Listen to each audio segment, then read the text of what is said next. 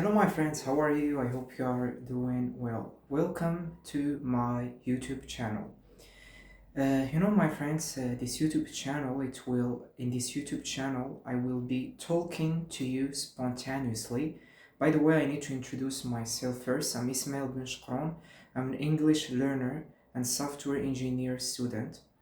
And I have created this YouTube channel for the aim to share with you some of the tips and strategies that I use to harness the power of the AI to enhance my speaking and also my friends to acquire some skills. So my friend, in this YouTube channel I will be sharing with you the nuggets of wisdom that I extract from books. Also I will try to teach you some English, even though I'm not an English teacher, but I will try as hard as I can to teach you English, such as vocabulary, speaking practice, how I use AI daily. And when I'm talking, my friends, about AI, I'm talking about ChatGPT because my friends, ChatGPT is the dominating AI, and ChatGPT is what really fit the bill with me. And I have a premium membership, so that means I get a lot of features that really worth the price that I pay monthly, that I think it doesn't exceed $20, and that's very affordable, my friends, compared to all the value that I get from this membership. So my friends, I walk you through how I use this AI, how I leverage and harness the power of this AI. And what matters, my friend, is that I'm going to be talking to you spontaneously. That means that I'm going to be committing some mistakes. That is normal. I'm English language learners. So throughout the video, I'm going to stumble, stutter, and I'm going to stack, because this is a part of the process to hone and to enhance my speaking. But if you notice, my friends, some mistake that I have committed, don't hesitate and share with me also some of the things that can enable me to dodge or avoid these mistakes in the future. So without further ado, my friends, let's jump to the important things that I would like to share with you from this video, which is this book. So my friend, what had really prompted me or encouraged me to start this English session, to start this YouTube session, is this book. So my friends, I have read this book more time than I could count. So I think I have read it more than 4 times, because I firmly believe, my friends, that if you really understand the content of the book very deeply, you need to read it more than 3 or 4 times, because I am impressed by a person who had read a book multiple times than just one book multiple times. And I'm not impressed by some friends who told me that they are trying to read one book in 1 week. So that really means, my friend, that in order to acquire the knowledge from a book and the important things from it, you need to go through it numerous times. I'll provide you with an analogy that it will emphasize that further, is that if you really would like to understand the book deeply, you can compare it to an onion. So my friends, an onion, it involves multiple layers, and the more you peel these layers, the more you get into more information. Because my friend, what I have got from this book is that during the first reading, I haven't really digested or understood deeply and thoroughly the content of the book. But I have read it multiple times. But my friends, I would like to mention something, is that the first time I have read this book, I felt really awful, and because I didn't understand any word from the page. But despite that, I persevered, and I continued to read it, because I knew that if I stick to this process, at some point in my journey, I will be able to understand the words that I come across them in this book. And that's what happens, my friend. And you know, my friend, this YouTube channel, I will also share with you how I handle the unfamiliar words that I stumble upon them. Yeah, and I'm sure we're gonna tackle a lot of things, my friend, that are very valuable. And don't forget to click the like button and subscribe for more videos. So, my friends, now let's jump into what I have cut from the book. As I have stated in the beginning of this video, that I'm going to be speaking spontaneously. So that means that I will not share with you the knowledge at an order sequence. I will, like, whenever I get while speaking, whenever I get something in my mind that resonates with me and that I find valuable, I will share it with you. So, my friends, the theme, we're gonna start by the theme of this book. The theme of this book, my friend, is mental resilience and callousing the mind. So, my friends, if you are not familiar with the word calluses or callousing the mind, it means to strengthen the mind.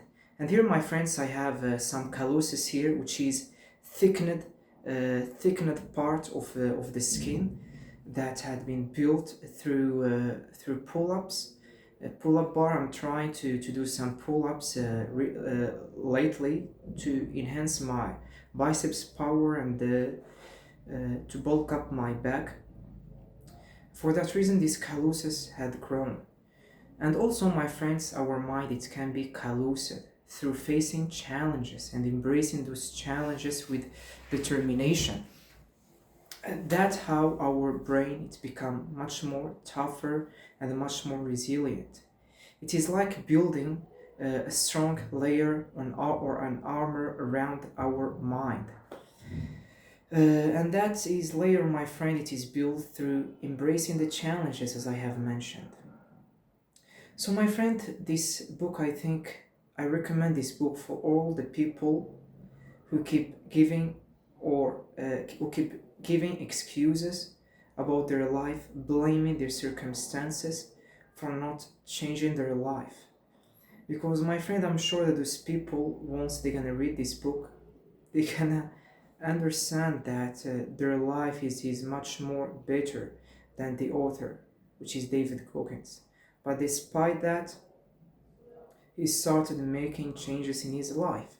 Because the majority of the people that I met every day, they keep claiming they keep claiming that what really prevent them or sabotage them from not working out or from not learning a new language or acquiring some new skills or following a career is that they don't have enough time. But also, this book is for those people. So, my friends, this book is just for people who are going through some hard circumstances, people who feel hopeless, people who have read multiple self-help book, but they still aren't able to make any change in their life. Okay, so my friend, as you might have recognized that this book it is really torn and there is a lot of section that I have highlighted here. I have got this technique from Robert Greene, which is the author of the 48 Laws of Power. We're gonna dive also into this book in the future because it is really a great book. This is a fake version because during that time I have searched desperately for the original version of the book, but unfortunately or sadly I didn't find it. So I just purchased this one, and I don't encourage you, my friend, to purchase fake versions because they get turned up here in the middle of the page and they lose their quality very quickly. And that, my friends, like when you see that the book it had a lot of faults and it is like torn, that really doesn't provide you with the appetite or doesn't encourage you to get the book. So, my friends, let's resume from where we have left off. I was telling you that this book it will really help the people who feel hopeless, people who have tried every strategy and everything to change their life and they still feel that they are unable or they are stuck in the bottom or at the gutter. Sorry. So my friends, why is that? Because this man, he mentioned that his childhood he was an extreme nightmare. For example, my friends, his dad used to bully him, treat him very harshly. He was stigmatized and discriminated against in school, and he was like his friends, they called him a nigger. And can you imagine, my friends, that one day while he was strolling in a dark street, like without any reason, a truck uh, a truck stopped, and some people like pulled down from the truck, and they have put uh, like a gun in his head. And my friends, he felt very like spooked and afraid, and that just because he was black. So my friend, I really recommend to read this book because you can know and understand how dreadful and unpleasant the life of Goggins was. But despite that, he was able to emerge and to thrive and to stand out. And my friends, he gonna share with you, like in detail, the key secret of doing that. He will really break down or unfold that there is no shortcut if you would like to change your life. You need to embrace the boredom and the pain that it is inevitable you're gonna feel down the road. So there is no run away from it.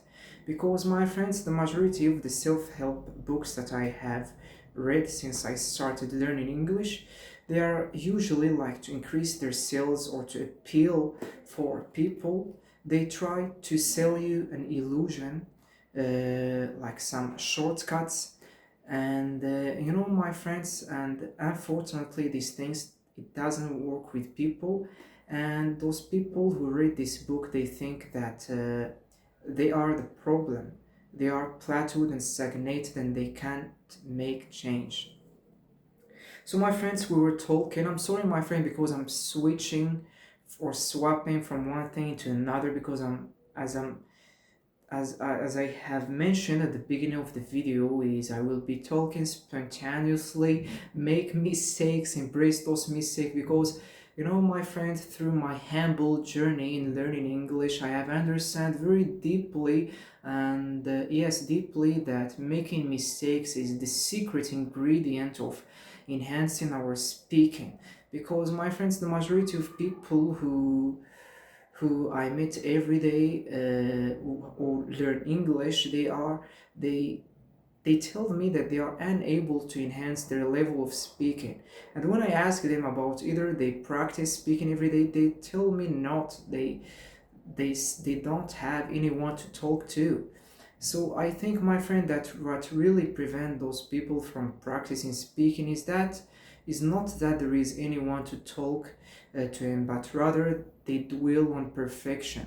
They don't want to make mistakes because they care hugely about the opinions of others on them, and how they're gonna perceive them and how they're gonna see them. And my friends, like honestly, I used to feel that. I used to feel the same at the beginning of my journey, but I have reflected and pondered that this what really is preventing me to thrive and to transcend the level that I had. So please, I really advise you, my friend, to embrace the mistake that you're gonna commit while speaking, because this mistake is a sign that you are taking steps to improve your English. So, my friends, now let's go back to the book. What I have cut from the book, my friend, is that David, he was stigmatized, and can you imagine, my friends, that even the school where, because, my friends, David, he faced a lot of abuse, frustration, anxiety in his house, because his father used to beat his mother daily in front of him, and that had impacted usually the character of David, because my friend, he was just a child, and being exposed to this being exposed to all these things. Like, can you imagine a child when he sees his mother being beaten very hardly and with a cold blood by his father? I'm sure that had impacted his character and his self-confidence. So when my friend David he got into the school, so when David got into the school, he realized that he had learning some learning problems. So the majority of the children, my friends, at this point of their life, they can suck knowledge as a sponge. But that wasn't happening with David because he was struggling with learning disabilities, which means it was very hard for him to grasp and to suck out knowledge. And that, unfortunately, due to the all things he was exposed to it, from bullying, from harsh condition, from bad treatment from his father. And one day, my friends, the teacher, she had asked her mother to bring him or to enlist him or enroll him in a special school. And even though David he was a child, he understand what a special school means. It means that you're going to be stigmatized all throughout your life. It means that you will not be treated as a normal person. So during the first session of David in this special school, like they were sitting around the teacher at a circle. And my friends, David, he described that the people who were learning with him, they act very oddly or weirdly. For example, like he mentioned that one of the guys who was sitting with him, he had set his own house on fire. And my friends, and another guy who was sitting, and without any reason he just stand up and he walked to the corner of the classroom and he pee like naturally. And that really had obliged David to no longer come back into this special school. He begged his mother to no longer go back into that because he couldn't tolerate what he saw, and he knew that he will not be able to learn anything in this special school. So his mother he had called the school, and she insisted that David need to come into the school. So they have accepted after his mother have insisted a lot on that.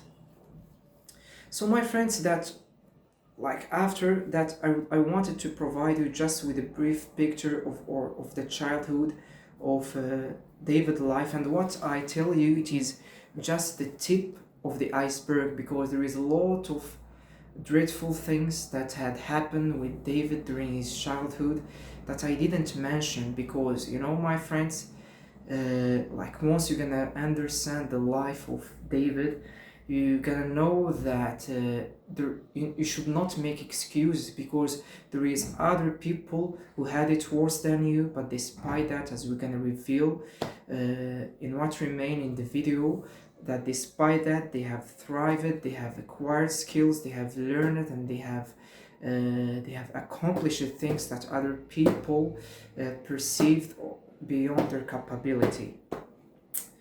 So my friends, after that, David he grew up and he started working in a mainstream job. I don't know, my friends, either I have used here the word mainstream to mean a normal job, like it was an honest job, which is an exterminator, if it is the right word, which has people who kill roaches in restaurant. This is an honest job, but it doesn't has a very high salary. People who are working such jobs, they live just from paycheck to another, so it is really not a great job.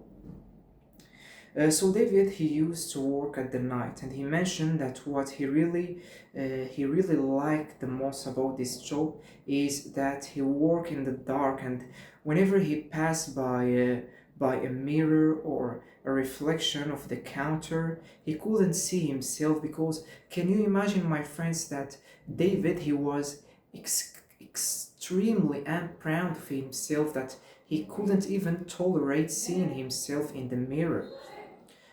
So my friends, David, one day when he came back, so my friends, I didn't mention something, is that David, he was obese and he was very, very fat. Like, I don't remember exactly his weight, but he was very overweight. So whenever he came back, he used to gobble food in his car, and once he reached the house. But here, my friends, when David, he can have his turning point in life. So while he was showering, he overheard someone on the television talking about the Navy SEALs. Not Navy SEALs, my friend, but Hell Week. Hell Week, my friend, it involves training intensely, toiling in the trenches, and working very hard. So my friends, David, he overheard someone in the television talking about Hell Week. So David, he had wrapped a towel in his wrist, and he mentioned something that he couldn't even wrap this towel around himself, just to picture how fat he was. And the great thing, my friend, is that David, he was talking with honestly that he was imperfect, he was overweight, without feeling shame or embarrassed. So he didn't hide anything about himself. He was really transparent and honest. Okay, so my friends, when David, he overheard that, he hurriedly or frantically wrapped a towel around his wrist, and he went to see Hell Week advertisement. So what he saw in the television is people sweating, working very hard, shaved, and have this extreme proudness on themselves because they were working out in the sand at the night during dark hours, because they are military and they need them to become very strong and very powerful. And at the end of the advertisement, my friends, they have put a number if you would like to join or to get into Hell Week. So my friends, David, when he called the recruiters so he can have a place in Hell Week,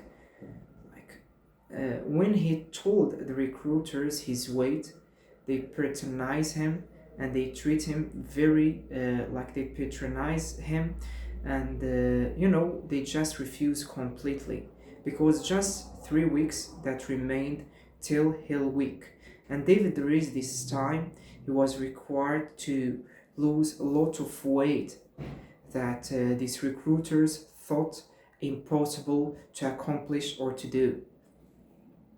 So my friends, David, he was very lucky because after a lot of trials, he called recruiters who encouraged him and told him to come into the base to weigh him and to have a conversation with him. So my friends, David, when he gets into the base and stand above the scale, like this recruiter, even though he called him, he was very astonished and amazed by how much David weighed. But despite that, he didn't discouraged him, but he told him that through hard work he can lose this weight. But David, he hadn't really he didn't put his hope very high. He stayed on his job. But one day, my friends, when David, he was cleaning the restaurant while wearing a mask, because David, he was spreading some chemicals in this restaurant, and to not breathe these chemicals, he was wearing a mask. He mentioned, my friend, that during this night he opened a door to spray the poison And you know, my friend, the huge number of cockroaches they have attacked him. And you know, he mentioned that this night it was very hard for him to tolerate this very bad job. It's mentioned that it was unbearable. So David he went straight away to his house. He wore his workout clothes and he went for a run. But David he mentioned that during the 2 kilometers his heart started beating very high and his heart pulses had increased dramatically, which shows that during this time David he was really out of shape. So David he went back very sad and full of sorrowness. He laid down on his bed and he was very disappointed and demoralized because he told himself that he couldn't run even 2 kilometers. How he can get the into the Hell Week?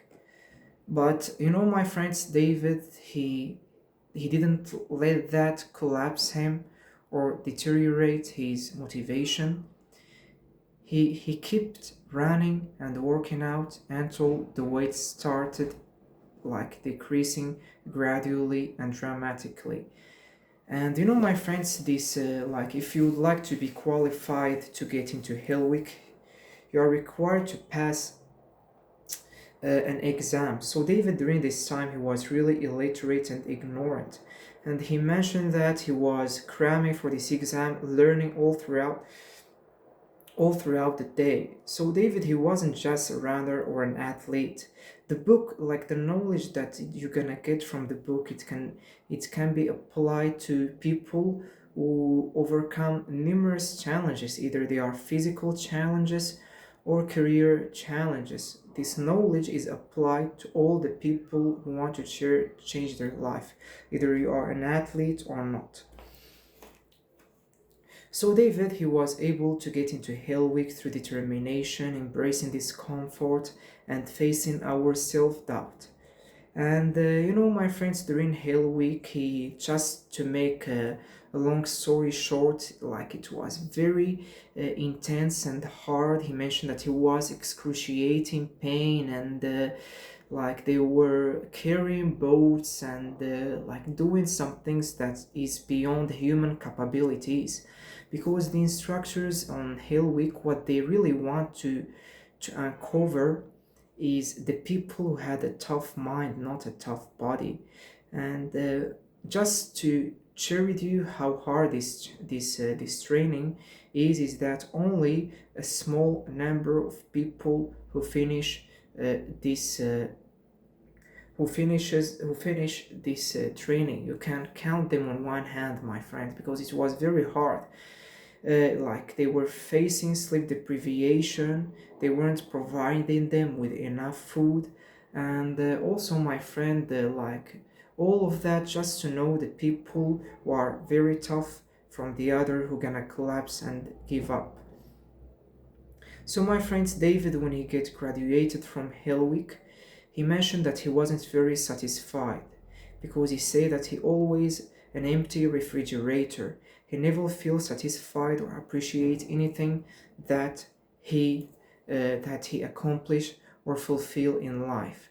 For that reason, he gazed around him to see either there is some other challenges to tackle, and he come across some very challenging races which are called ultra marathon. So David like to to really know more about the power of the mind. He started running these races, and you know, my friends, David he ran more than 60 ultra marathon, and this is very phenomenal and incredible. I have barely, my friend, completed a half marathon because you know it is very hard and hard labor. So, my friends, David, I'm going to share with you just what happened in one ultra marathon. So, the other you can get what happened on them while reading the book, just to make this video short and concise.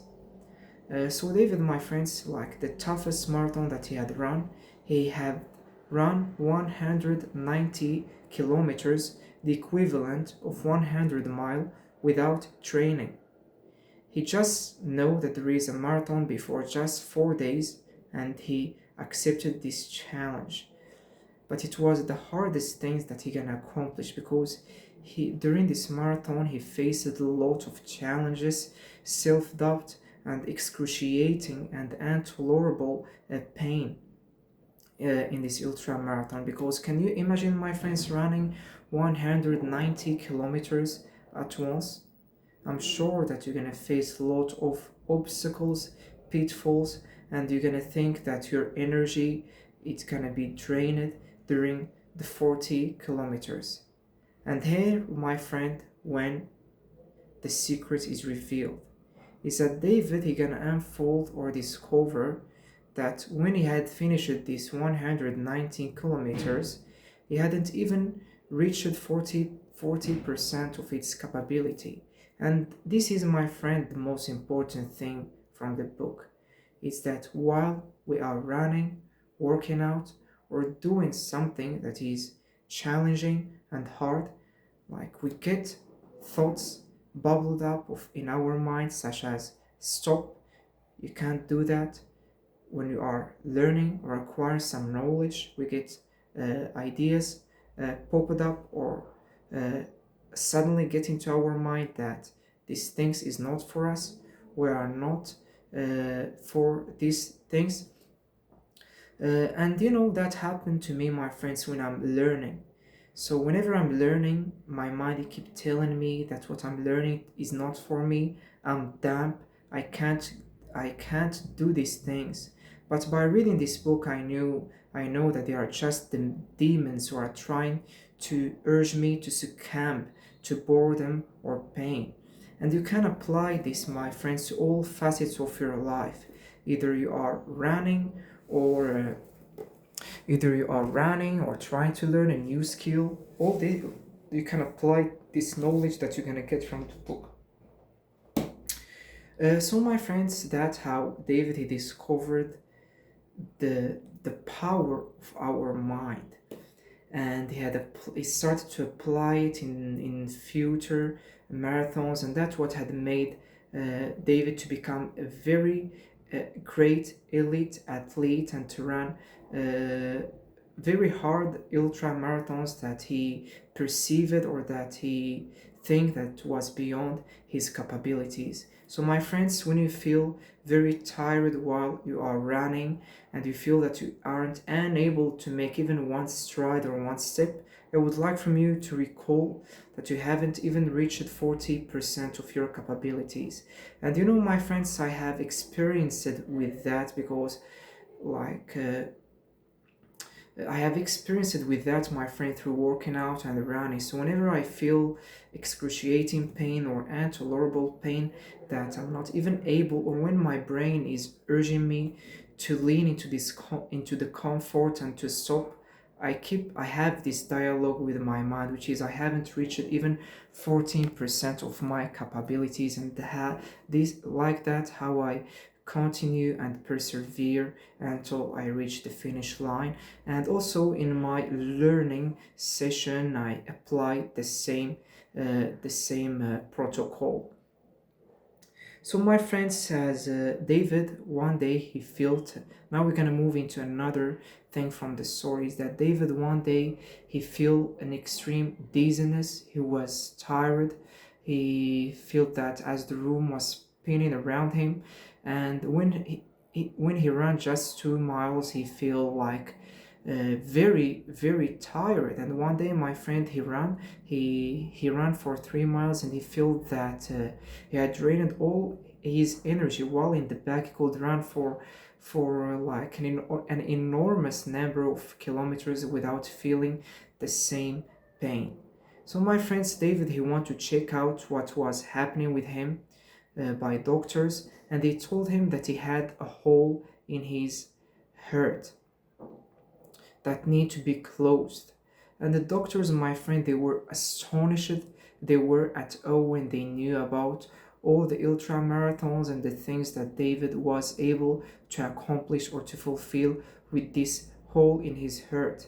And then David, when he understands that all these things that he have accomplished, it doesn't owe it for his genetic or good luck, but he owe it for, or it is thanks to dedication, hard work, and discipline, and embracing the boredom and the pain. So it is really miraculous, my friend, how David he was really able to accomplish all of that with a hole in his heart. So, my friends, David he was able to recover and to heal through two surgeries, because the first surgery didn't work perfectly, and he was required to undergo another surgery. Now, my friends, the story, his story is very dense and very lengthy and prolonged. For that reason, my friend, I have just shared with you the tip of the iceberg and just the thing that resonated with me, just to make the first video concise and short. The last thing, my friend, which is I have got today, is that David, one day he couldn't even muster the energy to get out from his bed, and he went to check out. He went to check out with the doctors, but they weren't able to diagnose his illness or his disease. But David, he was very sure that something abnormal was happening with him. One day, my friend, as he was laying in his bed, and because he thought that he was on the verge of dying, or he was teetering between life and death. I'm very happy because I have used the word teetering to mean when a person is on the verge of something happening with him. Provide you an example, even though this is not an English session. For example, I can say that the company is teetering toward bankruptcy. To me, it is about to be bankrupted due to poor organization or poor financial decisions or poor investment. So let's resume, my friend David, while he was laying on his bed and staring to the ceiling. That's because he was very tired and weak and vulnerable, and he didn't really understand what was happening with him. And his eyes, he started wailing, and he had reflected all the things that he had accomplished throughout his life. And he mentioned that it was the first time when he gonna feel this self-proudness, because he had never stopped to reflect on the things that he had accomplished, because he was always feeling that he is an empty refrigerator, and he was always like fighting himself and trying to get more and reach more. For that reason, he had never take this pause and reflect and appreciate what he had accomplished so far. So this weakness had enabled him or paved the way for him to have this feeling of proudness and the sense of accomplishment. So during that moment, my friend, his eyes started wailing, and he had tried to wipe it, his tears. And thankfully, while doing that, and also, my friend, he passed his head, or he brushed his head, and he recognized that there is a note. And my friend, this note, it emerged from his skin, and it is due to working out intensely. And then, my friend, he staggered to, I don't know, my friend, if there I've used here the word staggered correctly to mean walking to another place with difficulty, especially if we are tired or we have an injury in our legs. So he had staggered to the mirror to check this note, and he was very shocked because he understand, and or this note he provide him with a clue that he needs, or he urgently need to start practicing stretching. Because these notes, my friend, they happen when the muscle becomes so tight. And he recalled, my friends, a person that had come to their base to provide some advices to the army that they need to start to practice stretching, because all the anxiety and the stress in where they were drawing, that lead him to have a very tight muscle, and they need to practice uh, stretching daily. But David, in like during this point of his life or during this period of his life, he didn't pay him any mind, or I can say that this person, all his advices, it fall on deaf ears because they didn't apply them. But never, David now, when he reached this excruciating pain that he felt due to these notes, he started stretching every day, and it had worked very hard. It had really worked with him, and he resumed his life that involved running, embracing the suck, and having a fulfilling life. So, my friends, really, what we can get from this book, just to wrap up or this video, we can say that we have one life. We need to fulfill in it our dreams. We need to reach our fullest potential. We need to quit our comfort zone constantly and repeatedly throughout our day, because doing hard things is what's gonna enable us to thrive and to accomplish our task. So, my friend, I shared with you just a brief summary. This book is very dense, and it is a very great book. Please give it a try, give it a shot. If you don't have like a physical version, go and download the PDF version. Just don't give excuses. If you're an English learner, I will provide you in future lessons some tips that's gonna enable you to get the meaning of the unfamiliar word, that you can stumble upon them easily and straightforwardly. So thank you, my friends, if you have reached the end of this video, and I promise you, my friend, that in future videos the quality is going to be better, and then I will gradually hone or enhance my skill in editing, so these videos can be much more appealing and attractive for you. Thank you for your watching, and see you in another one.